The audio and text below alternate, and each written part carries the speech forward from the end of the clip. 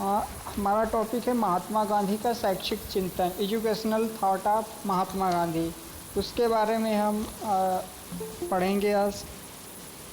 तो सबसे पहले कुछ जानकारी महात्मा गांधी के, उनके विचारों के बारे में, उनका क्या है, वो सारी चीज़ें ब्रह्मदेव आप लोगों को बताएंगे। उसके पहले थोड़ी सी जानकारी आप लोगों को दे दूँ।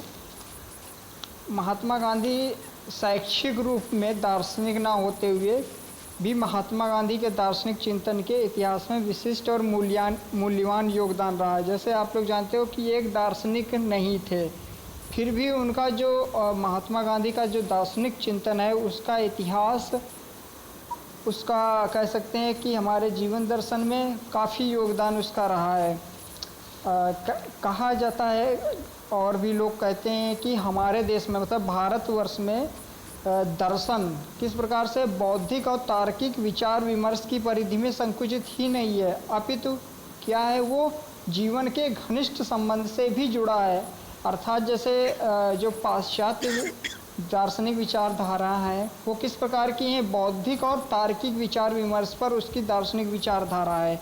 लेकिन जो भारतीय दर्शन है वो किस प्रकार का दर्शन है, उसका जो जीवन है, जो इसका वास्तविक जीवन है, उससे भी उसका संबंध जुड़ा रहता है। जैसे महात्मा गांधी को ही ले लेते हैं, उनको वो अलग से उन्होंने अपने दार्शनिक विचारधारा नहीं दिए, लेकिन जो उनका जीवन है वो दर्शन से ही जुड़ा रहा है ना।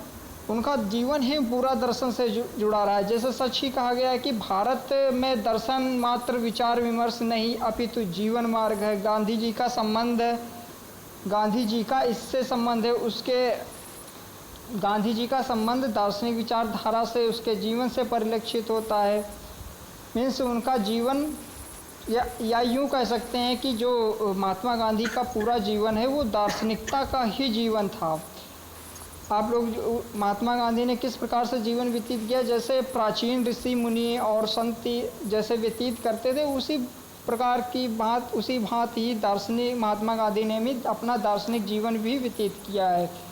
इसके संबंध में एक शिक्षा शास्त्री हैं प्रोफेसर पीटी राजू, उन्होंने महात्मा गांधी के विषय में कहा भी है कि यद्यपि, उनका एक कोटेशन है, यद्यपि महात्मा गांधी शैक्षिक रूप में दार्शनिक नहीं है, किंतु उनके जीवन और क्रियाकलापों के अध्ययन से भारतीय नीति सिद्धांत को सही रूप में समझा जा सकता है। मतलब जो उनका शैक्षिक रूप जो भी है वो दार्शनिक रूप तो नहीं है, लेकिन उनके जीवन जो उन्होंने व्यतीत किया, उनके क्रियाकलाप हैं, उनके बेस पर उनका जो निचोड़ निकाला जा सकता है वो नीति सिद्धांत के रूप में, उनके दार्शनिक विचारधारा के रूप में समझा जा सकता है। यद्यपि वे दार्शनिक विचारधारा को लिखित रूप में प्रस्तुत नहीं करते, किंतु उनका जीवन स्वयं के दार्शनिक मार्ग परिचायक है। भारतीय दर्शन जीवन का मार्ग का परिचायक है, अर्थात भारतीय दर्शन जीवन का मार्ग है, केवल विचारों का मार्ग नहीं है। जैसे आपके स्वामी विवेकानंद ले लीजिए, जैसे हम लास्ट में हम लोगों ने पढ़ा है, अरविंदो पढ़ लीजिए, उनका पूरा जीवन दर्शन ही कह सकते हैं। उन्होंने जो दार्शनिक चिंतन है वो विचार तो दिए, उसके चिंतन किया, लेकिन उसका जो रूपरेखा है, जो उसका जीवन है, उस जीवन को भी उसी दार्शनिकता के साथ में ही व्यतीत किया है। और भी जितने दार्शनिक आप ले लीजिए भारतीय, उन्होंने उसी रूप में उसको व्यतीत भी किया है। ये एक भारतीय दर्शन की खासियत कह सकते हैं। तो इसी संदर्भ में हम आज पढ़ेंगे।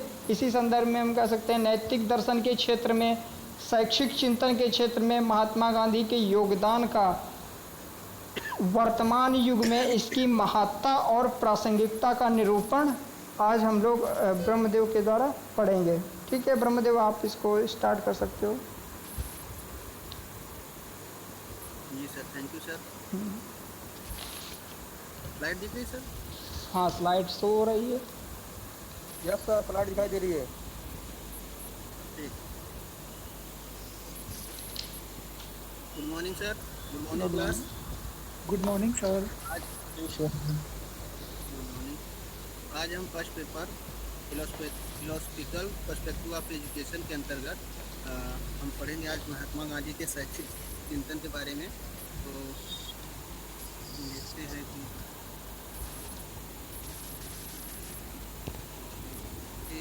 ये है हमारी विषय सूची।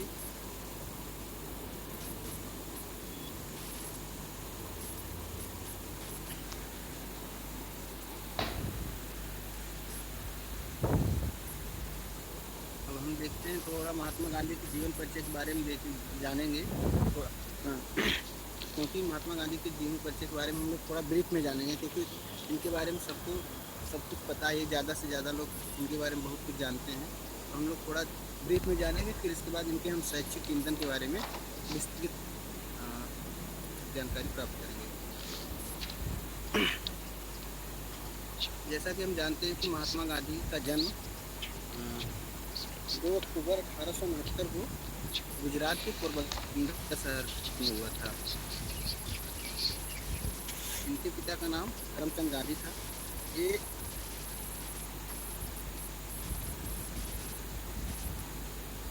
पोरबंदर के दीवान थे और इनकी माता बहुत ही धार्मिक महिला थी। ये वैष्णव संप्रदाय वैष्णव धर्म को बहुत ज़्यादा मानती थी इनकी माता। इनकी माता का नाम पुतलीबाई था, जैसा कि आप लोग देख ही रहे हैं स्लाइड में।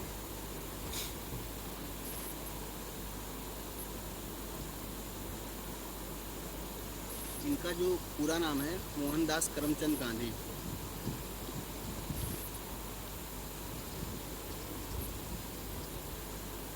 इनका जो विवाह हुआ था बहुत ही कम उम्र में, 13 साल की उम्र में कस्तूरबा गांधी के साथ हो गया था, जो इनसे लगभग 6 महीने बड़ी थी। और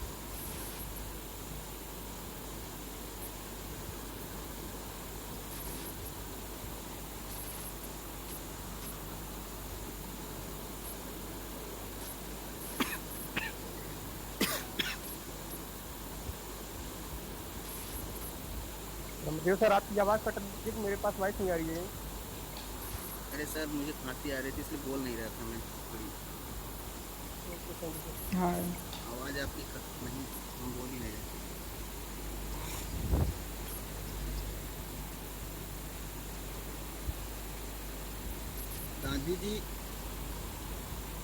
गांधी जी को वैष्णव धर्म की शिक्षा उनके परिवार से ही मिली थी। गांधी जी बचपन से ही मनुस्मृति का अनुवाद पढ़ डाला था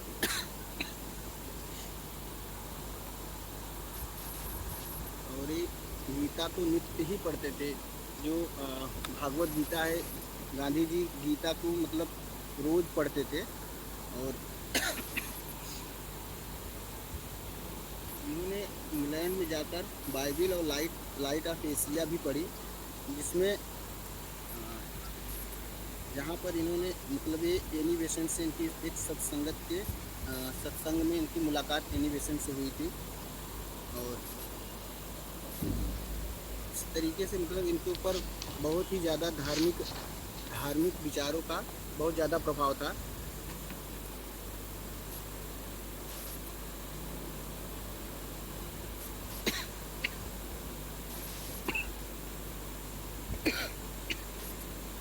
गांधी जी के जो जीवन दर्शन है, इस पे गीता का सबसे अधिक प्रभाव पड़ा था। इसलिए ये गीता को गीता माता कहते पुकारते थे, भागवत गीता को गीता माता कहते पुकारते थे। और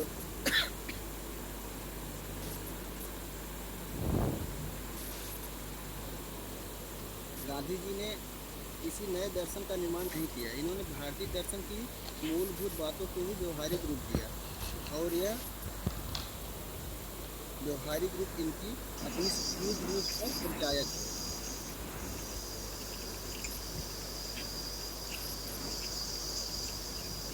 इसीलिए इसे आज गांधी दर्शन, गांधीवाद और गांधी सर्वोदय के नाम से जाना जाता है।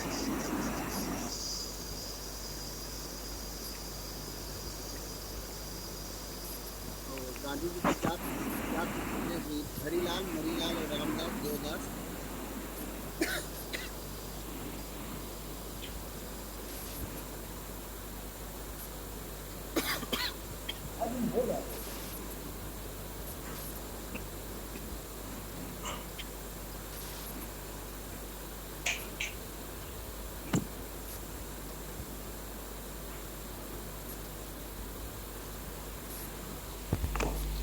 जी जी ब्रह्मदेव सर, जी जी आपको खांसी बहुत आ रही है सर। जी सर, आ रही है, क्या करें। आज रात से ही ज़्यादा प्रॉब्लम हो रही है। दवा लेनी चाहिए गर्म सर, पानी दे दीजिए। नमक डाल के पानी पीजिए।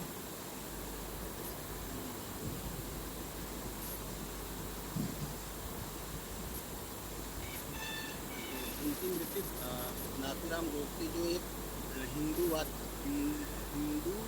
धर्म को ज़्यादा मानने वाला था, उसने उनको गोली मार के उनकी हत्या कर दी। गांधी जी के बारे में हम लोग इनके शैक्षिक दर्शन के बारे में जानेंगे, शैक्षिक चिंतन के बारे में। गांधी जी का दार्शनिक चिंतन, इसमें हमारा पहला पॉइंट है गांधी जी सर्वोदय दर्शन के तत्व मीमांसा। गांधी जी के सर्वोदय दर्शन की तत्व मीमांसा। गांधी जी गीता को तत्व ज्ञान का सर्वोत्तम ग्रंथ मानते थे। गांधी जी का मानना था कि जो गीता भागवत गीता है वही सभी ज्ञान का सर्वोत्तम ग्रंथ है। इन्होंने इनका मानना था कि इसके जो तत्व हैं, दो मूल तत्व हैं, एक पुरुष है और एक प्रकृति है। पुरुष का मतलब ईश्वर से है और प्रकृति का मतलब पदार्थ है। कहने का तात्पर्य है कि गांधी जी इनमें से पुरुष को श्रेष्ठ मानते थे, यानी ईश्वर को श्रेष्ठ मानते थे। इनका मानना था कि जो पुरुष है यानी ईश्वर है, इसने सबको बनाया है। प्रकृति के ईश्वर के द्वारा ही सब कुछ निर्मित है और प्रकृति भी ईश्वर में ही निहित है, इसलिए यह ईश्वर को श्रेष्ठ मानते थे।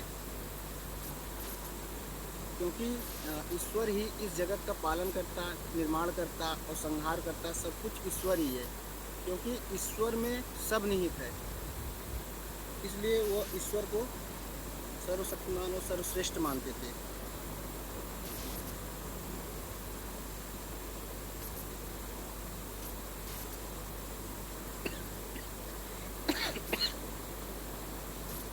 गांधी जी ने गीता के इस तत्व को उजागर किया कि ईश्वर इस जगत का कर्ता है और प्रकृति इसकी उपादान कारण है। गांधी जी का मानना था कि जो ईश्वर है इस जगत का कर्ता धर्ता है और जो प्रकृति है इसका सिर्फ एक कारण है। प्रकृति में मतलब ईश्वर के द्वारा ही प्रकृति का निर्माण हुआ है, तो इसलिए प्रकृति सिर्फ एक कारण है। ईश्वर इस प्रकृति का निर्माता भी है और संहार करता भी है।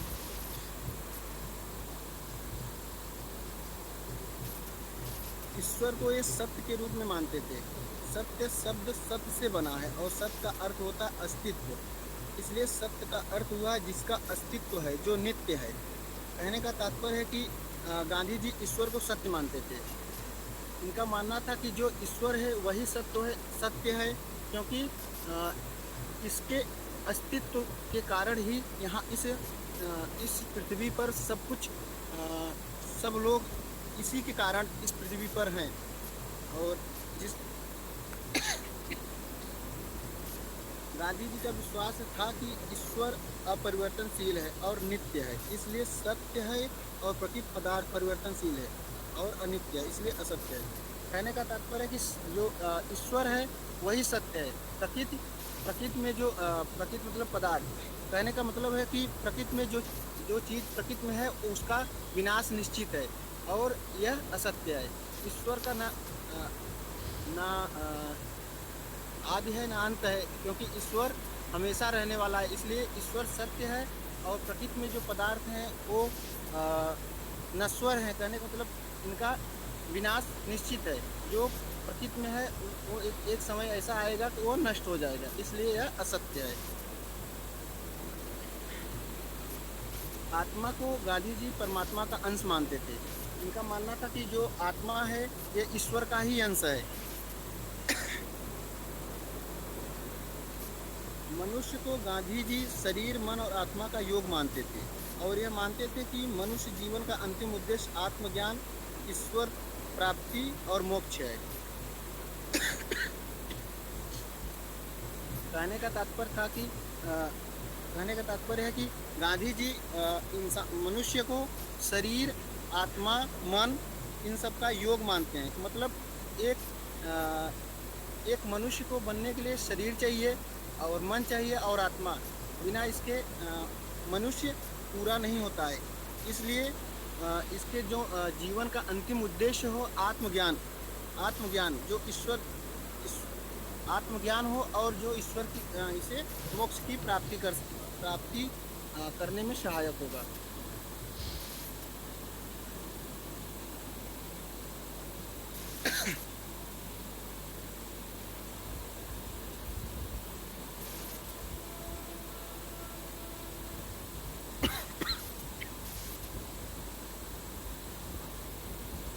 नेक्स्ट पॉइंट है हमारा ज्ञान एवं तर्क मीमांसा।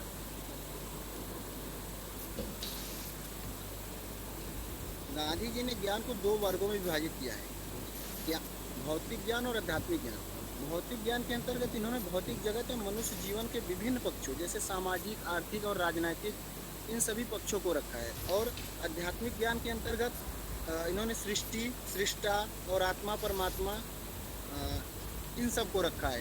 कहने का मतलब गांधी जी जो भौतिक जगत है उसके अंतर्गत हमारी जो सामाजिक स्थिति होती है, सांस्कृतिक, सामाजिक, राजनीतिक और आर्थिक, इन सब के बारे में जो ज्ञान है उसे हम उसे भौतिक ज्ञान के रूप में जानते हैं। और जो ईश्वर से संबंधित जो ज्ञान है, जैसे सृष्टि का निर्माता कौन है, किसने बनाया है, इन सब के बारे में जो हमें दिखाई नहीं देते, जो अमूर्त है, जो दिखता नहीं है, उन सब के ज्ञान, उस ज्ञान को उन्होंने आध्यात्मिक ज्ञान के अंतर्गत रखा है।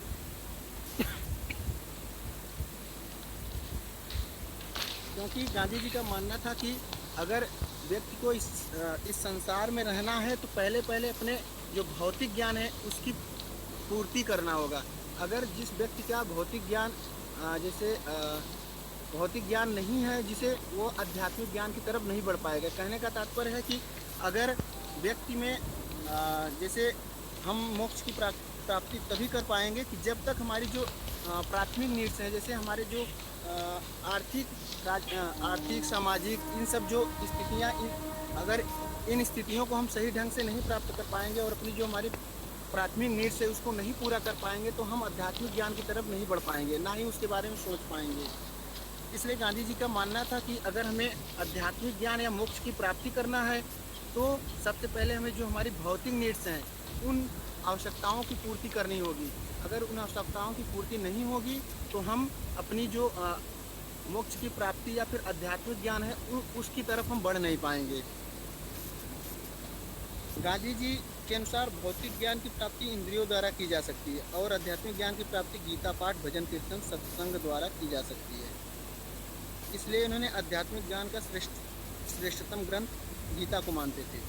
कहने का तात्पर्य है कि गांधी जी का मानना था जो हमारी जो भौतिक आवश्यकताएं या भौतिक नीड्स या भौतिक ज्ञान है, इन सब की प्राप्ति हम इंद्रियों द्वारा करते हैं। अगर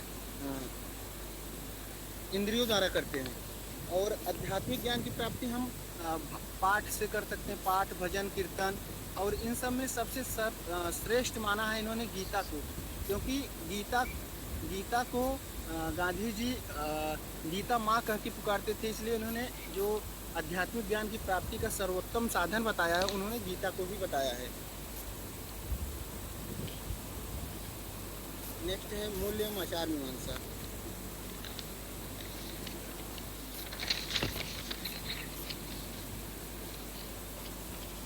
गांधी जी मनुष्य को शरीर और आत्मा का योग मानते थे और यह मानते थे कि मनुष्य जीवन का अंतिम उद्देश्य सत्य अर्थात ईश्वर की प्राप्ति है।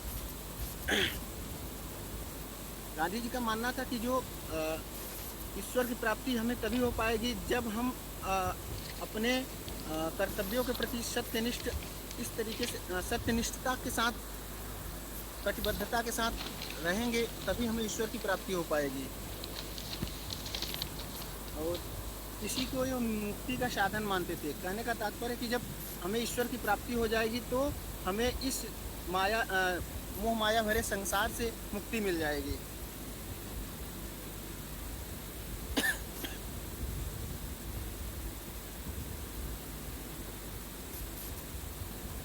सत्य गांधी जी के लिए साध्य एवं साधन दोनों है। साध्य के रूप में सत्य वह है जिसका अस्तित्व है, जिसका कभी अंत नहीं होता, अर्थात ईश्वर। और साधन के रूप में सत्य गांधी जी का तात्पर्य सत्य विचार, सत्य आचरण और सत्य भाषण से है। गांधी जी ने सत्य को साधन और साध्य दोनों माना है, क्योंकि उनका मानना था कि जो सत्य है वो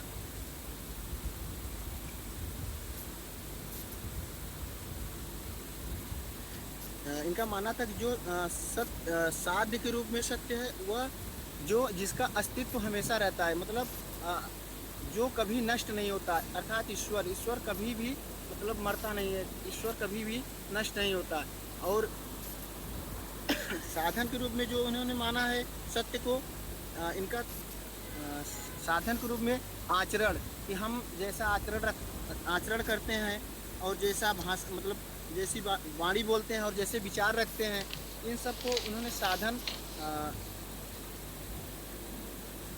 सत्य के रूप में माना है। नेक्स्ट देखते हैं।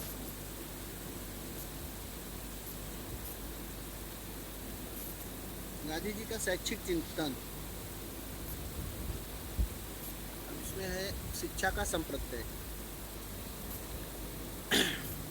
गांधी जी केवल साक्षरता को शिक्षा नहीं मानते थे।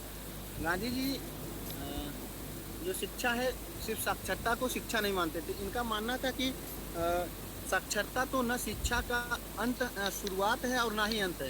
कहने का तात्पर्य है कि आदमी व्यक्ति अगर साक्षर है तो उसे शिक्षित नहीं कहा जा सकता है, क्योंकि साक्षरता है एक शिक्षा का आरंभ होता है।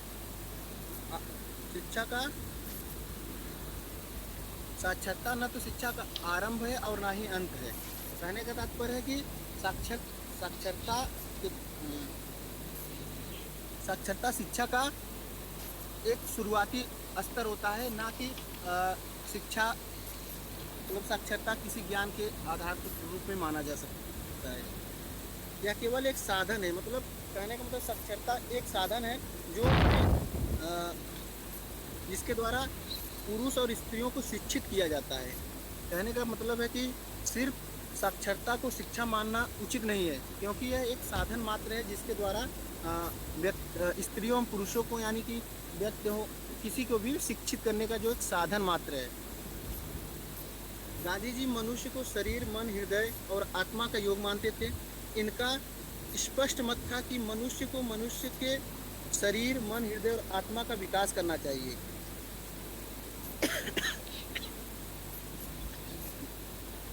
गांधी जी का मानना था कि जैसे जो मनुष्य है वो मनुष्य को इस शरीर, हृदय और आत्मा का योग मानते थे। कहने का मतलब एक मनुष्य तभी एक मनुष्य है जब उसके अंदर जब वह एक निश्चित, मतलब कहने का तात्पर्य है कि शरीर, हृदय और मन इन सब का योग हो, वही मनुष्य है। इन्होंने ही इनका मत था कि शिक्षा को मनुष्य के शरीर, जो एजुकेशन यानी शिक्षा के द्वारा मनुष्य के शरीर, मन और हृदय का विकास करना चाहिए। इसलिए गांधी जी ने एक फार्मूला दिया था 3 Rs, reading, writing and arithmetic की शिक्षा। अब मतलब लिखने की शिक्षा, पढ़ने की शिक्षा और गणना करने की शिक्षा, इसको ही गांधी जी का फार्मूला था 3Rs। अब इसको 3Hs यानी कि शिक्षा में बदल दिया गया है। 3Rs को 3Hs में बदल दिया गया है, हैंड, हार्ट एंड हेड। कहने का तात्पर्य है मन और हाथ और हृदय। कहने का मतलब ये 3H फार्मूला जो है, इसके द्वारा गांधी जी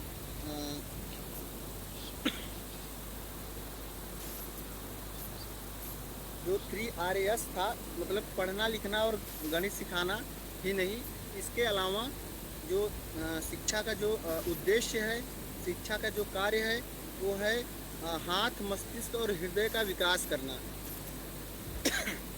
इसलिए 3Rs को बदल के 3HS में कर दिया गया है।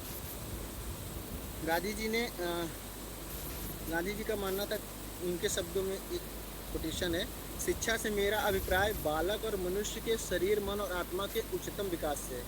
मतलब गांधी जी का मानना था कि जो एजुकेशन का जो उद्देश्य है, शिक्षा का जो अर्थ है, शिक्षा जो मतलब एक बालक के लिए शिक्षा जो होती है तो उसके हृदय और उसके शरीर, मन और आत्मा के उच्चतम विकास के लिए है। मतलब कहने का तात्पर्य है कि शिक्षा के द्वारा बालक के शरीर, मन और आत्मा का उच्चतम विकास हो, यही शिक्षा है। शिक्षा के उद्देश्य, गांधी जी के विचार से मनुष्य जीवन का अंतिम उद्देश्य मुक्ति है। गांधी जी का मानना था कि जो शिक्षा का अंतिम उद्देश्य है वो मनुष्य जीवन का जो अंतिम उद्देश्य है वो मुक्ति है।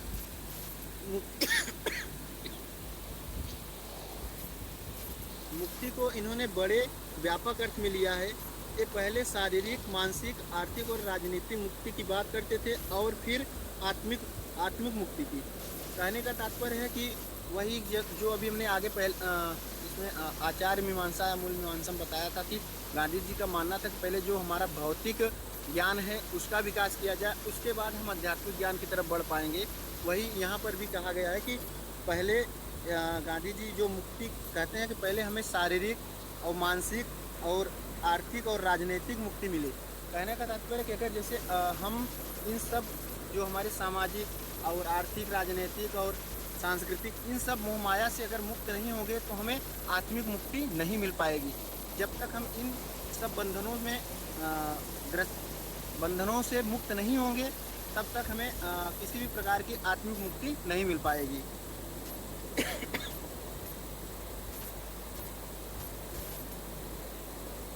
इनका तर्क था कि जब तक मनुष्य का शारीरिक दुर्बलता, मानसिक तनाव, आर्थिक अभाव और राजनीतिक दासता की मुक्ति नहीं मिलती तब तक वह आध्यात्मिक मुक्ति को प्राप्त नहीं कर पाएगा।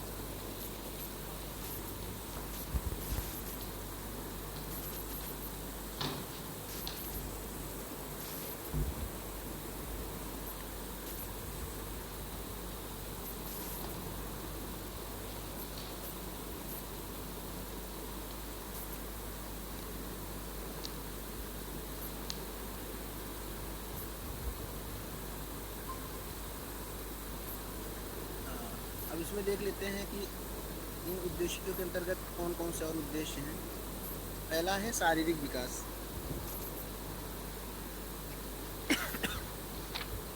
मनुष्य जीवन का कोई भी उद्देश्य क्यों ना हो, उसकी प्राप्ति इस शरीर द्वारा ही होती है, अतः इसका विकास अवश्य होना चाहिए। गांधी जी का मानना था कि अगर हमें किसी भी उद्देश्य की प्राप्ति करना है तो किसी भी उद्देश्य को प्राप्त करने के लिए मनुष्य को पहले शारीरिक रूप से स्वस्थ होना पड़ेगा। अगर हम शारीरिक रूप से स्वस्थ नहीं हैं तो निश्चित तौर पे हम किसी भी कार्य को करने में सक्षम नहीं होंगे। जब हम शारीरिक रूप से स्वस्थ नहीं होंगे तो हम कोई भी कार्य करने में असमर्थ होंगे।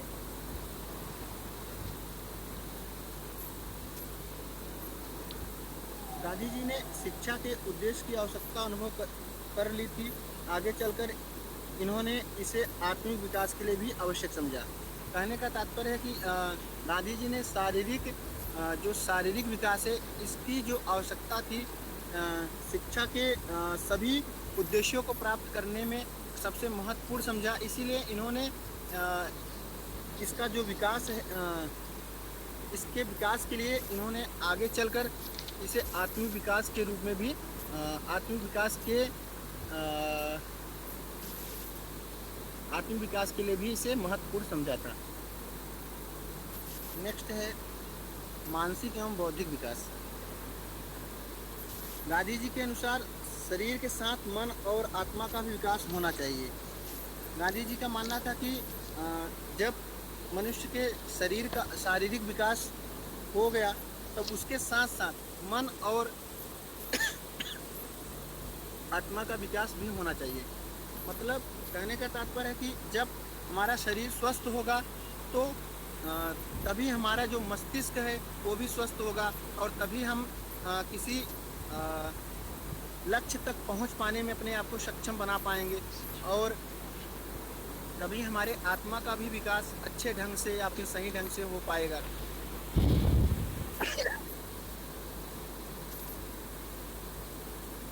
जिस प्रकार शारीरिक विकास के लिए माँ का दूध आवश्यक होता है, उसी प्रकार मानसिक और आत्मिक विकास के लिए शिक्षा की आवश्यकता होती है। अगर मनुष्य माँ का दूध बचपन में ना सही ढंग से नहीं पाता तो उसका जो शारीरिक विकास है वो अवरुद्ध हो जाता है। इसी प्रकार अगर किसी बालक को प्राथमिक शिक्षा ना दी जाए, प्राथमिक तौर पर पहले शिक्षा न दी जाए तो उसका जो शारीरिक मानसिक और बौद्धिक विकास होगा वो भी बाधित होगा।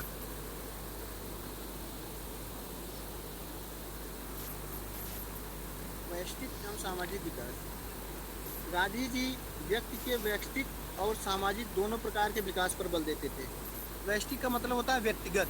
कहने का तात्पर्य है कि गांधी जी व्यक्ति के व्यक्तिगत विकास और सामाजिक विकास दोनों पर बल देते थे। व्यक्ति के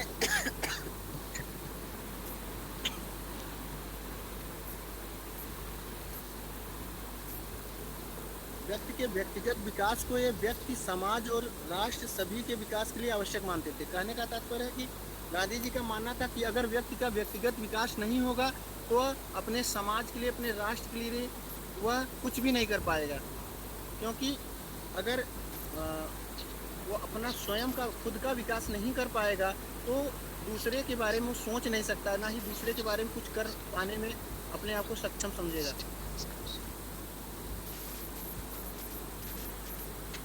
इनकी दृष्टि से व्यक्तिगत विकास का उच्चतम रूप आत्मविकास है और आत्मविकास के लिए मनुष्य का सामाजिक विकास आवश्यक है।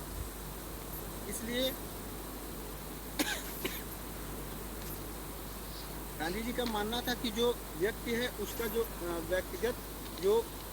व्यक्तिगत विकास उच्चतम जो सीमा है वो आत्मविकास है, क्योंकि आत्मिक विकास के लिए मनुष्य का सामाजिक विकास आवश्यक है। क्योंकि जब व्यक्ति का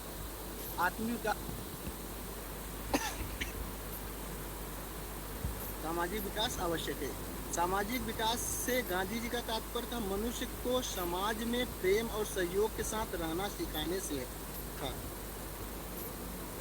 गांधी जी का मानना था कि अगर व्यक्ति अपने समाज में रह रहा है, वो किस प्रकार रह रहा है, उसका समाज के साथ कैसा संबंध है, इन सब के बारे में भी गांधी जी का मानना था कि अगर व्यक्ति का सामाजिक विकास सही ढंग से नहीं होगा तो वो अपने समाज के साथ सही ढंग से प्रेम व्यवहार के साथ रह पाने में अपने आप को असमर्थ समझेगा। इसलिए गांधी जी का मानना था कि व्यक्ति का सामाजिक विकास अवश्य ही होना चाहिए और उसे अपने समाज के साथ अच्छे ढंग से प्रेम पूर्वक रहना चाहिए।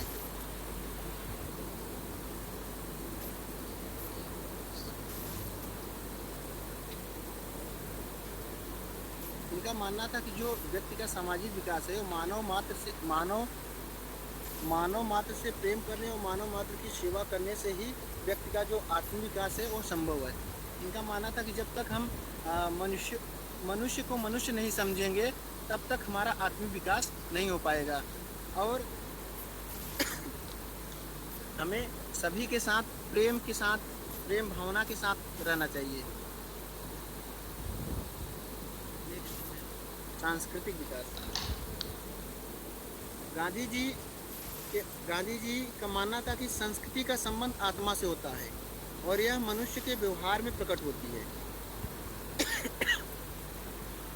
गांधी जी का मानना था कि जो संस्कृति होती है उसका संबंध आत्मा से होता है, क्योंकि मनुष्य का जो व्यवहार होता है अपने जिस संस्कृति या जिस कल्चर में रहता है उसके व्यवहार द्वारा ही पता चलता है कि व्यक्ति उसका व्यवहार ही डिपेंड करता है कि वह किस समाज से बिलोंग करता है, किस संस्कृति से बिलोंग करता है।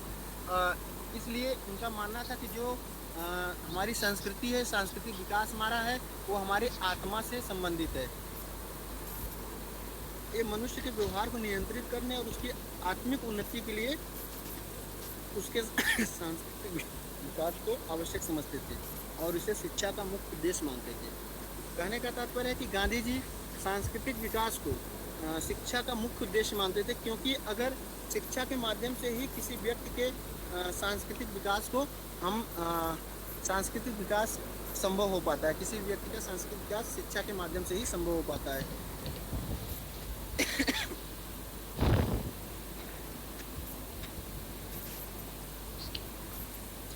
नेक्स्ट पॉइंट है इसमें नैतिक एवं चारित्रिक विकास।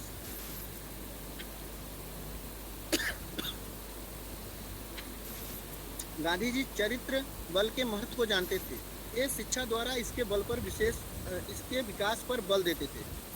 एक उत्तम चरित्र में ये सत्य, अहिंसा, ब्रह्मचर्य, अस्वाद, अस्तेय, अपरिग्रह और निर्भयता, इन गुणों का होना आवश्यक समझते थे। गांधी जी का मानना था कि व्यक्ति का जो चारित्रिक विकास है और नैतिक विकास वो उसपे जो नैतिक और चारित्रिक विकास पे शिक्षा का बहुत ही महत्वपूर्ण योगदान है, क्योंकि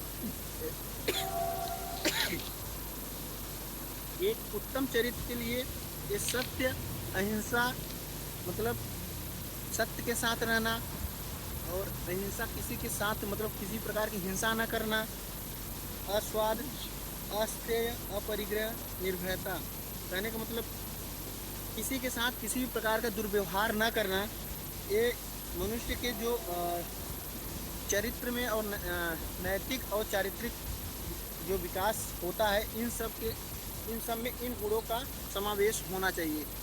कि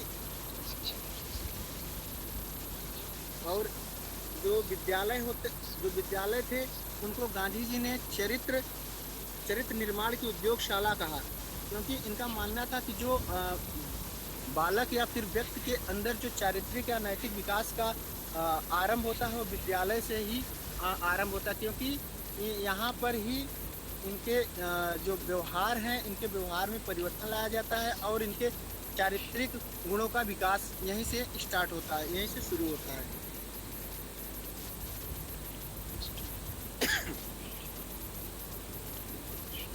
इनका मानना था कि जो सभी गुणों का विकास, सभी ज्ञान का उद्देश्य उत्तम चरित्र का निर्माण होता है। कहने का तात्पर्य है कि गांधी जी मानते थे कि जो शिक्षा है हमारी उसका जो उद्देश्य है उत्तम चरित्र का निर्माण करना। कहने का तात्पर्य है कि जो शिक्षा के माध्यम से हम अपने समाज में एक ऐसे वर्ग का निर्माण करना चाहते हैं कि जो उस समाज जहाँ पे वो रह रहे हैं उस समाज का वो आईना हो, जिसमें वो सभी को देख पाएँ और इसके माध्यम से वो उनका जो विकास है नैतिक और चारित्रिक विकास अच्छे ढंग से हो। नेक्स्ट पॉइंट है व्यवसायिक विकास। आर्थिक अभाव से मुक्ति पाने के लिए गांधी जी शिक्षा के व्यवसायिक उद्देश्य पर बल देते थे। गांधी जी का मानना था कि जैसे हमें शिक्षा गांधी जी आर्थिक अभाव से मुक्ति पाने के लिए, कहने का मतलब है कि जैसे गरीबी से मुक्ति पाने के लिए या फिर जो हमारी आर्थिक स्थिति है इससे मुक्ति पाने के लिए ये गांधी जी व्यवसायिक शिक्षा पर भी बल देते थे और व्यवसायिक विकास पर भी बल देते थे। इनका ये मनुष्यों को, बालकों को आत्मनिर्भर बनाना चाहते थे। इनका मानना था कि अगर इन्हें किसी भी प्रकार के हस्त कौशल या उद्योग धंधे इस तरीके से उनको सिखाया जाए या बताया जाए, मतलब हस्त कौशल और कुटीर उद्योग, जो छोटे छोटे उद्योग होते हैं, इनकी जो शिक्षा है अगर इन्हें दी जाए तो इसके द्वारा शिक्षा प्राप्त करने के बाद ये अपनी आजीविका को आसानी से चला सकेंगे और जो आर्थिक आर्थिक संकट उत्पन्न होता है, इन संकट से ये बच सकते हैं और अपने परिवार का पालन पोषण कर सकते हैं। इसलिए गांधी जी व्यावसायिक विकास पर भी बल देते थे। नेक्स्ट पॉइंट है आध्यात्मिक विकास। गांधी जी के अनुसार मनुष्य जीवन का अंतिम उद्देश्य मुक्ति, आत्मानुभूति, आत्मज्ञान अथवा आत्मबोध है। गांधी जी मनुष्य जीवन का जो अंतिम उद्देश्य है उसे मुक्ति और आत्मानुभूति या फिर आत्मज्ञान अथवा आत्मबोध मानते हैं। कहने का तात्पर्य है कि गांधी जी का जो मानना था कि जो मनुष्य जीवन का अंतिम उद्देश्य है वो आत्म मुक्ति हो, आत्मानुभूति। कहने का मतलब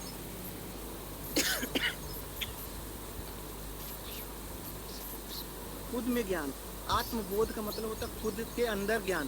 कहने का तात्पर्य है कि गांधी जी ऐसे ज्ञान को मानते थे कि जो खुद के द्वारा प्राप्त किया हुआ ज्ञान हो और इसे ही मनुष्य जीवन का अंतिम उद्देश्य मानते थे।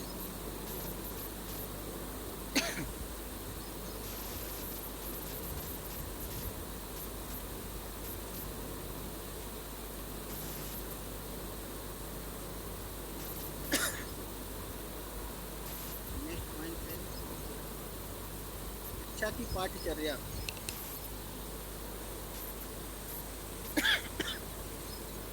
गांधी जी देश की आधारभूत आवश्यकताओं के प्रति सजग थे। इन्होंने इन आवश्यकताओं की पूर्ति और वर्ग विहीन समाज के निर्माण के लिए क्रिया प्रधान पाठ्यचर्या के निर्माण पर बल दिया था। गांधी जी देश की जो स्थिति थी उन स्थितियों को देखते हुए बहुत ही उसकी आवश्यकताओं को मतलब जो उस समय की आधारभूत आवश्यकताएं थी उन आवश्यकताओं के प्रति वो बहुत ही सजग थे। इनका मानना था कि इस वर्ग विहीन समाज के निर्माण के लिए क्रिया प्रधान पाठ्यचर्या का निर्माण किया जाए, क्योंकि उस समय की जो कंडीशंस थी, उस समय की जो स्थिति परिस्थिति थी, बहुत ही बेरोजगारी, भूखमरी, इन सब स्थितियों से गुजर रहा था भारत। इसलिए गांधी जी जो मतलब पाठ्यचर्या बनाना चाह रहे थे उसमें मतलब इस तरीके की पाठ्यचर्या बनाना चाहते थे जिससे इन सब आवश्यकताओं की पूर्ति हो सके। इन्होंने पाठ्यचर्या में हस्तकौशल एवं उद्योगों को सर्वप्रमुख स्थान दिया। इसके बाद इन्होंने मातृभाषा, हिंदुस्तानी, व्यवहारिक, गणित, सामाजिक विषय, विज्ञान, संगीत, चित्रकला, स्वास्थ्य विज्ञान, आचरण, शिक्षा को रखा। कहने का तात्पर्य है कि जो इनका गांधी जी के द्वारा जो पाठ्यचर्या निर्माण की गई उसमें इन्होंने हस्तकौशल और उद्योग को सर्वप्रमुख स्थान दिया था। कहने का तात्पर्य था उनका ये मानना था कि जैसे बालक जब ये स्कूल से शिक्षा प्राप्त करके बाहर निकले तो अपनी जो उसकी मूलभूत आवश्यकताएं हैं उन आवश्यकताओं की पूर्ति अपने शिक्षा के माध्यम से कर सके। इसलिए उसे किसी प्रकार के हस्तकौशल और उद्योग धंधे की शिक्षा दी जाए। इसलिए वो उनके पाठ्यक्रम में हस्तकौशल और उद्योग धंधे से संबंधित जो पाठ्यचर्या है उस पर विशेष ध्यान दिया गया था। उसके बाद गणित, सामाजिक विषय और सामाजिक विज्ञान, संगीत, चित्रकला, स्वास्थ्य, इन सब आचरण शिक्षा को रखा गया था। मतलब महत्वपूर्ण स्थान में हस्तकौशल और औद्योगिक शिक्षा मतलब औद्योगिक शिक्षा को सर्वप्रमुख स्थान था। इसमें शिक्षण विधियां कौन कौन सी थी? गांधी जी मनुष्य को शरीर और मन और आत्मा का योग मानते थे और ये मानते थे कि उनके सर्वांगीण विकास के लिए इन सब का विकास होना आवश्यक है। कहने का तात्पर्य है कि मनुष्य, गांधी जी का मानना था कि जो मनुष्य है वो उसका शारीरिक, मानसिक और आत्मिक विकास के माध्यम से ही आत्मिक विकास को ही ये इनका मानना था कि जैसे मनुष्य का जो शारीरिक और मानसिक विकास है इन सब के द्वारा ही किसी भी लक्ष्य को प्राप्त कर सकते हैं। इसलिए उन्होंने इसीलिए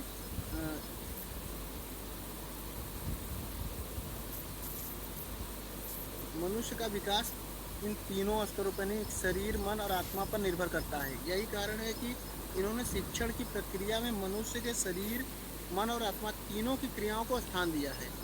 कहने का तात्पर्य है कि गांधी जी की जो शिक्षण प्रक्रिया है, इसमें मनुष्य के शरीर, मन और आत्मा तीनों प्रकार की क्रियाओं को स्थान दिया है।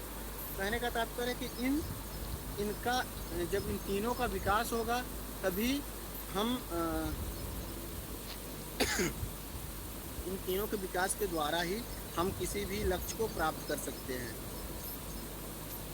अब देख लेते हैं इन सब में कौन कौन सी शिक्षण विधियाँ थी। तो सर कल शिक्षण विधियाँ से कल आगे हम करेंगे।